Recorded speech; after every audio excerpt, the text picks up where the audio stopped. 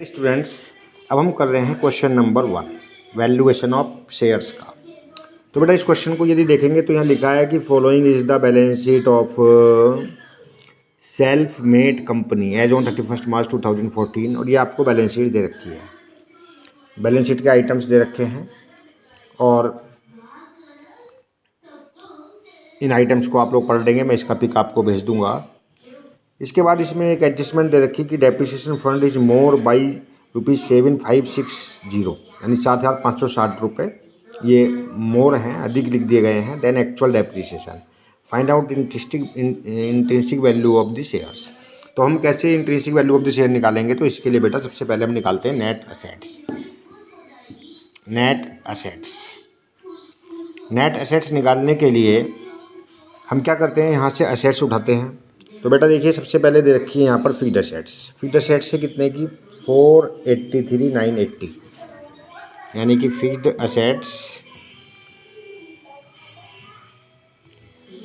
483,980, 483,980 ये ठीक है। अब इसको ये कह रहा था कि डेप्रिसिएशन फंड जो लिखा है क्वेश्चन में वो लिखा है 64,820 का। तो लेस डेप्रिसिएशन फंड कितना है बेटा? यह है आपका 64,820, 64,820। मगर वो क्या कह रहा है नीचे कि जो 64,820 रुपये है ये मोर है भाई 7,560 से। 7,560 रुपये आपने यानी अधिक लिखे हुए हैं। जो एक्चुअल डेप्रिसिएशन होना चाहिए था वो 7,560 रुपये कम करके जो आएगा वो होना चाहिए था। तो अब हम क्या करेंगे कि 64,820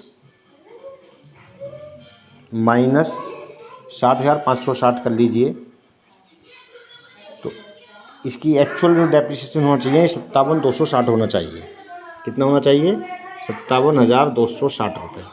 लेस करिए इसको, माइनस 483,980 में से 483,980 इक्वल ये आएंगे जो सही वैल्यू हुई एसेट्स की, फीड एसेट्स की, वो हुई 426,720, 426,720। ये इसकी सही वैल्यू निकल करके इस तरह से आएगी।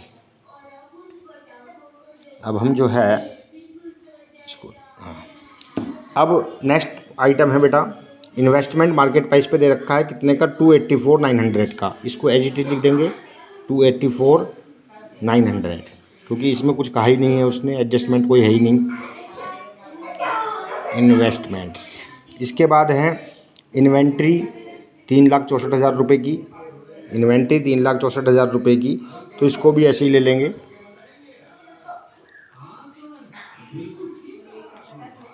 इन्वेंट्रीज 3,64,000 क्लियर है।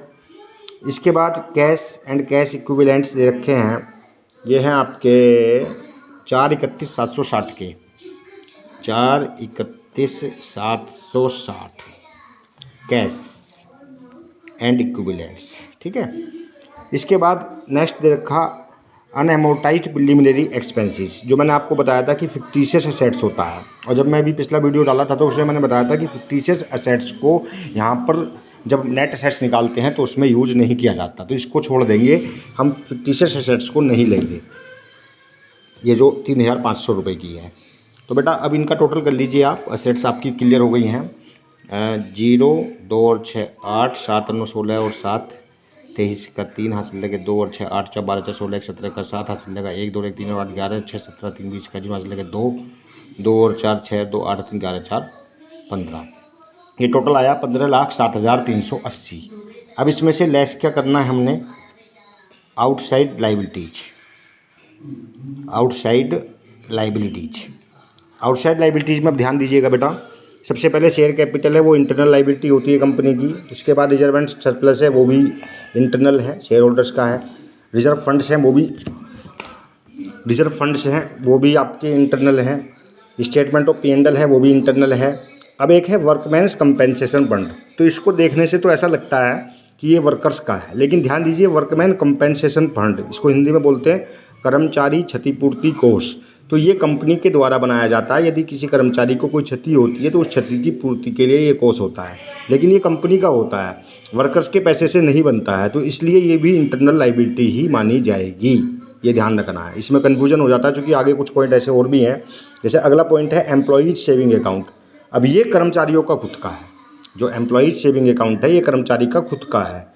ऐसे ही जो ये लिखा है एम्प्लॉयज़ सिक्योरिटी डिपॉजिट, ये भी कर्मचारियों का खुद का, तो ये दोनों एक्सटर्नल हैं। तो यहाँ ये ध्यान रखना है वर्कमैन कंपेंसेशन फंड जो है वो किसका है, कंपनी के मालिक का, यानी शेयर होल्डर, यानी कि कंपनी का है, इंटरनल लायबिलिटी है कंपनी की।